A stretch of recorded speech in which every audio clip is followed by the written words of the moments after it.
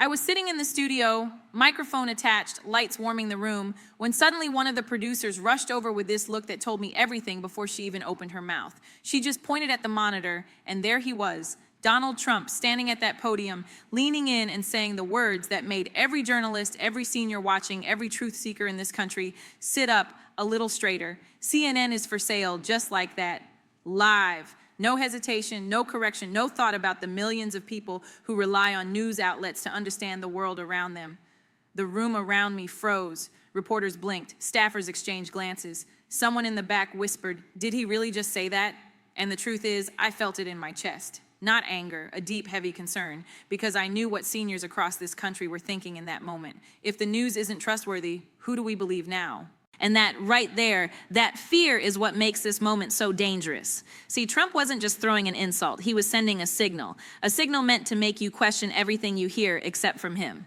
And seniors know this tactic. You've lived long enough to see people tear down the truth when the truth got too close to them. You've seen church leaders do it, community leaders do it, even family members do it when they were trying to hide something beneath the surface. This wasn't a joke. This wasn't entertainment. This was an attack designed to weaken the one thing holding this country together in uncertain times, information. And before we go any deeper, I want to know where you're watching from. Are you in the US, Canada, the UK, somewhere else entirely? Drop it in the comments. I love knowing who's here, who's listening, and who's standing with me in this conversation. And if you haven't already, hit like, share, and subscribe. Not because YouTube loves the numbers, but because seniors deserve clarity in moments like this. The more of you who stay informed, the fewer fall into confusion. Because what Trump said wasn't random, it wasn't a slip. And once you understand what was behind that for sale comment, you'll see exactly why this could destroy trust in news across America. Now, let's slow this down for a second, because Trump saying CNN is for sale wasn't just a wild statement tossed into the wind. There was a meaning underneath it, a message he knew his supporters would hear one way and the rest of the country would hear another. And seniors watching this, you felt that message in your gut, didn't you? That little tug that says, hold on, something's off here. When a politician says a news network is for sale, they're not talking about money, they're talking about control. They're planting the idea that the truth can be bought, shaped, or rewritten to suit someone's agenda. And here's the part that shook me. Trump didn't hesitate. He said it like it was already a fact, like he wanted the crowd to believe the media wasn't just flawed, but compromised. That is not a coincidence. That is not harmless. That is a tactic. And you know this. You've lived through leaders who attack the truth because the truth threatened them. You've watched public figures lash out at the one thing they couldn't bend to their will: facts. Some of you grew up in homes where a person with power would say, "Don't listen to them, they're lying."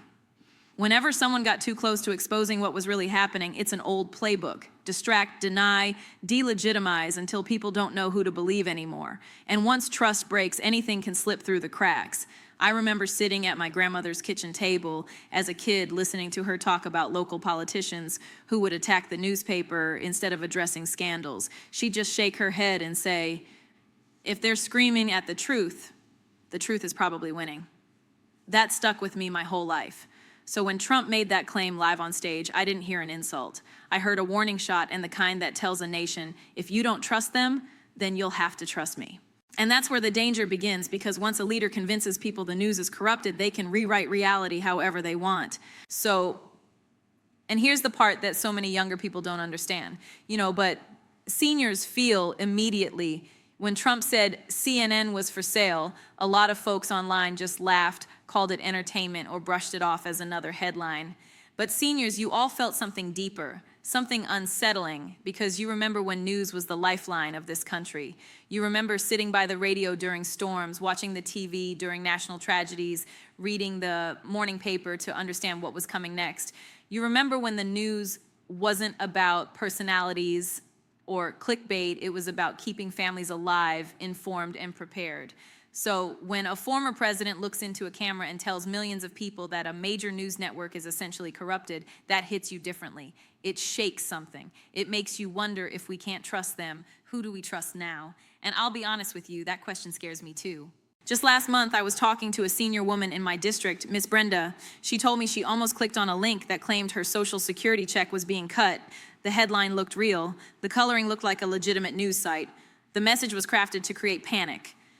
And she told me, Jasmine, I didn't know what was true anymore.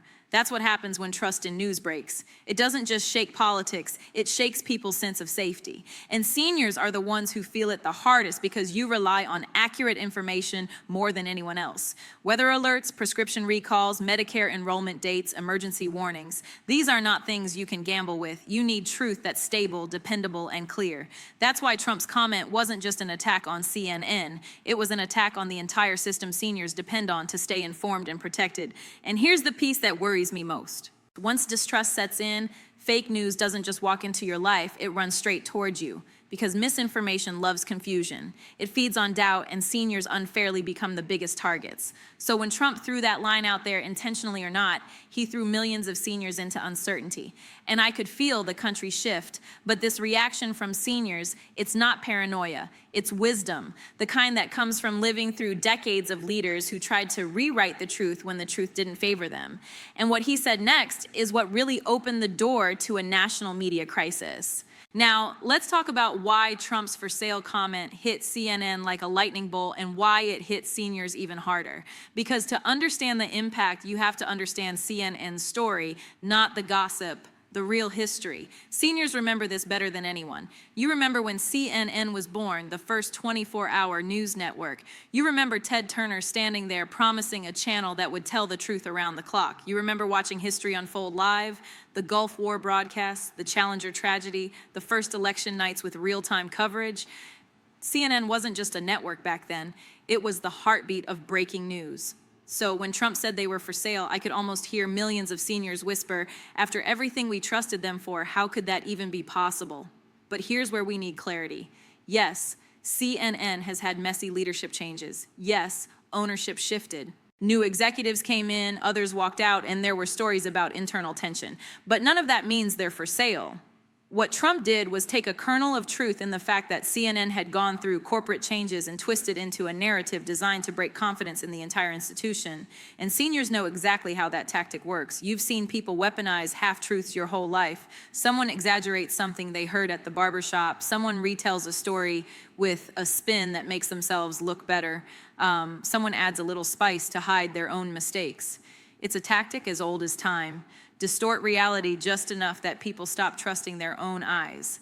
Now, let me explain something that might surprise you. Even inside CNN, journalists aren't invincible. They've been shaken, criticized, pressured, and dragged through political warfare. Some of them are doing their best under corporate bosses who prioritize ratings, not truth. Others are fighting every day to keep actual journalism alive in a country that's starting to confuse entertainment with reporting. But for sale, that's not just a stretch. And it's a deliberate attempt to make you question whether you can trust any information coming from mainstream sources. And that is the real danger. Because once a leader convinces people that the press is untrustworthy, he becomes the only source of truth in their eyes. And seniors know what happens when that sort of power goes unchecked. You've watched countries fracture under leaders who convinced the public the free press was the enemy. So Trump wasn't attacking CNN alone. He was attacking the entire structure that keeps America informed. And the reaction inside the GOP, it told me everything I needed to know. What happened next? You could feel it before you even saw it. The cameras were still rolling, the crowd was still cheering. But the reaction from the Republicans standing behind Trump, that told the whole story. Some of them laughed a little too loudly, the forced kind of laugh people use when they're pretending something is a joke, even though it's anything but. Others just froze, staring straight ahead, hands clasped, shoulders tight, and a few looked down at the ground like they were praying nobody asked them to comment afterward. Because here's the truth, when Trump attacks the media, he doesn't just put CNN on the spot, he puts the entire Republican Party on the spot. Suddenly they have to choose whether to stand with the Constitution or stand with him. And a lot of them, they don't want to choose. They want to slide quietly through the moment and hope nobody notices the discomfort on their faces. I've seen this kind of silent panic before, not just in politics, but in families. You know that moment when one person in the room says something outrageous, something that crosses the line, and you can feel everyone else tense up because now they have to decide whether to confront it or enable it. Seniors know that moment. You've lived through it in living rooms, at dinner tables, at church meetings. And what you saw behind Trump that night was the same thing. A row of people caught between truth and loyalty. One Republican in the back even shifted his feet like he wanted to walk off stage. Another folded his arms, signaling discomfort, but unwilling to say it out loud. That's the thing about political fear. When it's quiet, but it's visible. You can see it in the way someone avoids eye contact, the way they force a smile, the way they exhale the moment the camera's cut, because they know something the public sometimes forgets. When a leader tries to delegitimize the press, it's not just the media who loses power. Congress loses oversight, the courts lose visibility, voters lose clarity, and deep down, even Republicans understand the risk in letting that kind of rhetoric go unchecked. But fear is stronger than courage in that room, and silence is safer than honesty. What struck me most was how quickly they all tried to move on, hoping the moment would disappear, but it didn't. Because the real crisis wasn't what Trump said, it was what came next. When the media itself entered a storm no one was ready for. So now let's talk about the part nobody on television wants to say out loud.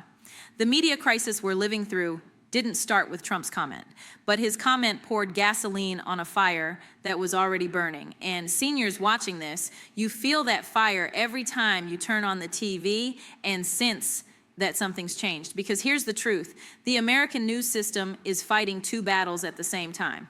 One battle is legitimate. Shrinking budgets, corporate pressure, the race for ratings, the competition with social media. Journalists are stretched thin, newsrooms are understaffed, and sometimes accuracy gets sacrificed for speed. That's real, that's happening, and it's hurting trust. But the second battle, that one is engineered, and it's far more dangerous. There is a calculated effort, political, intentional, strategic, to convince millions of people that all mainstream news is corrupt. Not because it is, but because if people stop trusting the press, they'll start trusting whoever screams the loudest. And the loudest voice in American politics right now is the one that benefits most from confusion. I remember sitting in a briefing with House staff where they showed me data on misinformation. I'll never forget one slide. It showed that seniors were being targeted more aggressively than any other age group. Not because seniors are uninformed, but because seniors are engaged. You read the news, you vote, you pay attention, and algorithms know that, scammers know that, political operatives know that. So when Trump claims a network is for sale, it hits differently. It lands right on top of an existing pile of anxiety, worries about whether the headlines are real, whether the sources are trustworthy, whether any news outlet is still committed to facts over profit. And the tragedy is that comment didn't just widen the cracks in the media landscape when it split some of them open. I spoke to a gentleman last week, a veteran in his 70s. He told me, "Jasmine, I used to watch the news every night. Now I don't know who's telling the truth anymore, so I just stopped." And when he said that, it broke something in me, because when seniors stop watching the news, the country loses one of its most informed, most experienced voices. That's why this moment matters. This isn't just political theater. It's a slow unraveling of a system meant to keep you safe. And Trump's comment didn't create that unraveling, but it accelerated it. And the people who understand this tactic best are the ones who've lived under leaders who dismantled trust step by step until the truth had nowhere left to stand. And now I need to say something that may sound dramatic, but it's the truth. What Trump is doing, this repeated attack on the media, this effort to convince people the press is corrupt, this constant drumbeat of don't trust anyone but me. It's not new, not globally, not historically. In fact, seniors watching this, you've seen versions of this play out in other countries long before it ever threatened our own. Because this is the same playbook authoritarian leaders use when they want to bend a nation to their will. They don't start by banning the press, they start by convincing people the press can't be trusted. They chip away at credibility until the public is confused enough, scared enough, divided enough that the leader becomes the only source of truth. It's a pattern as old as power itself. I remember sitting with a woman from Venezuela who had come to testify during a hearing on democratic decline. She told me how her country didn't fall in a day, it fell in whispers. Little attacks on the media, little insults, little comments that made people laugh at first, but then the laughter turned into doubt, and the doubt turned into silence, and the silence turned into control. She told me, by the time we realized what was happening, it was too late. We didn't know which news was real anymore. As she spoke, I felt this chill, the kind that creeps up your spine when someone describes a storm you've already seen forming in your own sky. Seniors know this story. You watched countries fracture in the 20th century over propaganda, censorship, manipulated media, and leaders who attacked journalists so they could operate without oversight. You've lived long enough to recognize the early signs. And here's the part many people miss. Leaders don't destroy trust in institutions because those institutions are failing. They destroy trust because those institutions are exposing them. When the truth becomes inconvenient, the truth tellers become the enemy. So when Trump said CNN was for sale, I didn't hear just a comment. I heard a signal that feeds a dangerous pattern seen around the world, a pattern where truth doesn't disappear overnight. It disappears inch by inch until suddenly a whole country is squinting into darkness. And if we're not careful, that darkness spreads faster than you think, because what gets attacked first is the media, but what gets lost first is the truth itself. Now, let's bring this home, because for seniors, this isn't abstract. This isn't a theory or a political debate. This is real. It affects your daily life in ways younger folks don't even notice. And that's why Trump's attack on the media isn't just loud, it's dangerous. Think about how much seniors rely on accurate information. When a hurricane is headed toward Florida or Texas, who tells you where to evacuate? When there's a prescription recall for a heart medication, who alerts you? When Medicare enrollment changes, who explains the deadline? When scammers start targeting Social Security beneficiaries, who spreads the warning? It's the news. It has always been the news. And if seniors stop trusting it, even for a moment, the consequences can be devastating. I'll never forget visiting a senior center in Dallas where I sat with a group of older women talking about the last big storm. One of them said, "Jasmine, the hardest part isn't the storm itself. It's knowing who to believe." She told me she had 3 channels saying 3 different things, and she wasn't sure which one was giving her the truth. So she hesitated. She waited. She didn't evacuate until hours later, and that delay could have cost her everything. That's what happens when trust breaks, not just confusion, paralysis. And misinformation loves paralysis. It creeps in when you're not sure what's real. It feeds on doubt. It overwhelms you with noise until you feel like giving up on the news altogether. But here's the heartbreaking part. When seniors stop trusting the news, it doesn't make them safer. It makes them vulnerable. Vulnerable to scammers posting fake government alerts. Vulnerable to manipulated videos designed to stir fear. Vulnerable to political voices trying to replace fact with emotion. I met a retired veteran last year who told me, "I quit watching the news because I don't know who's lying anymore." And the moment he said that, I felt the weight of it, because if seniors stop listening to the news, someone else gets to fill the silence, and that someone is rarely trustworthy. So when Trump says a network is for sale, he's not just attacking an institution, he's cracking the foundation seniors stand on every single day. And that foundation won't hold forever if the attacks keep coming, because the next phase isn't confusion, it's collapse. And that's where we're headed if we don't pay attention. So now that we understand the impact, let's talk about what could actually happen next, because this moment didn't end when Trump walked off that stage. It set off a chain reaction, and there are 3 very real futures America could slide into if we're not paying attention. The first future is escalation, and you've seen signs of it already. Trump keeps repeating the claim. His allies repeat it. Commentators amplify it. And suddenly a big portion of the country believes CNN, and eventually every network is lying to them. Once that belief sets in, facts don't matter, headlines don't matter, evidence doesn't matter. People start trusting emotion over truth, anger over accuracy, personalities over reporting, and seniors know what happens when emotion crowds out reality and mistakes get made that can't be undone. The second future is fragmentation, and this one keeps me up at night. It's when Americans stop sharing a common source of truth altogether. Imagine a country where every family tunes into a different version of reality, different facts, different breaking news, different interpretations of the same event. Seniors lived through the Cold War. You remember the danger of propaganda? You know what happens when people can no longer even agree on what's real? That's when democracy becomes impossible to maintain, because no one is standing on the same ground. But there's a third future, the one we still have a chance to fight for. It's the future where the American people push back, where journalists double down on accuracy instead of sensationalism, where seniors demand clarity instead of chaos, where communities start asking, where is this information coming from, instead of accepting the loudest voice as the truth. And that future starts with something simple: awareness. Awareness that the attack on CNN wasn't a joke. Awareness that undermining trust in news is a deliberate strategy. Awareness that the people most harmed by confusion are the ones who depend on clear information to stay safe. Seniors, caregivers, veterans, folks on fixed incomes, people who don't have time to play guessing games with the truth. So, as you think about what Trump said, ask yourself, which future do you see us heading toward? And which one are you willing to stand up for? Because the road ahead depends on whether we let this comment fade or recognize it as the alarm bell it truly was. So, let me leave you with this, because what happened on that stage wasn't just about CNN or Trump or politics. It was a moment that revealed something much deeper, something about the future we're walking into as a country.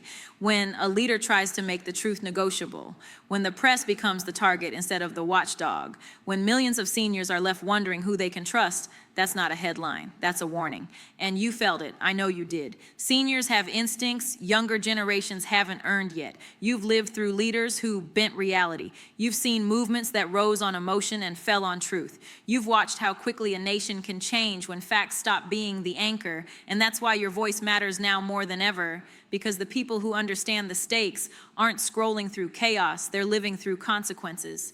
If you're watching this, take a moment and drop me a comment. Do you think Trump crossed a line? Or do you think this was the beginning of something bigger, something intentional? And while you're here, like this video, share it with someone who needs clarity. And subscribe if you want a place where truth is treated like truth, not entertainment. Because I promise you this, I'm going to keep showing up with honesty, with heart, and with the kind of courage these moments demand. Now, before you go, look to the left side of your screen. You see that video waiting for you? That's not just another story. That's the next layer, the part they really don't want seniors to understand. Go on and click it. Don't let it sit there staring at you. I'll meet you over there, and we'll keep pulling this thread together.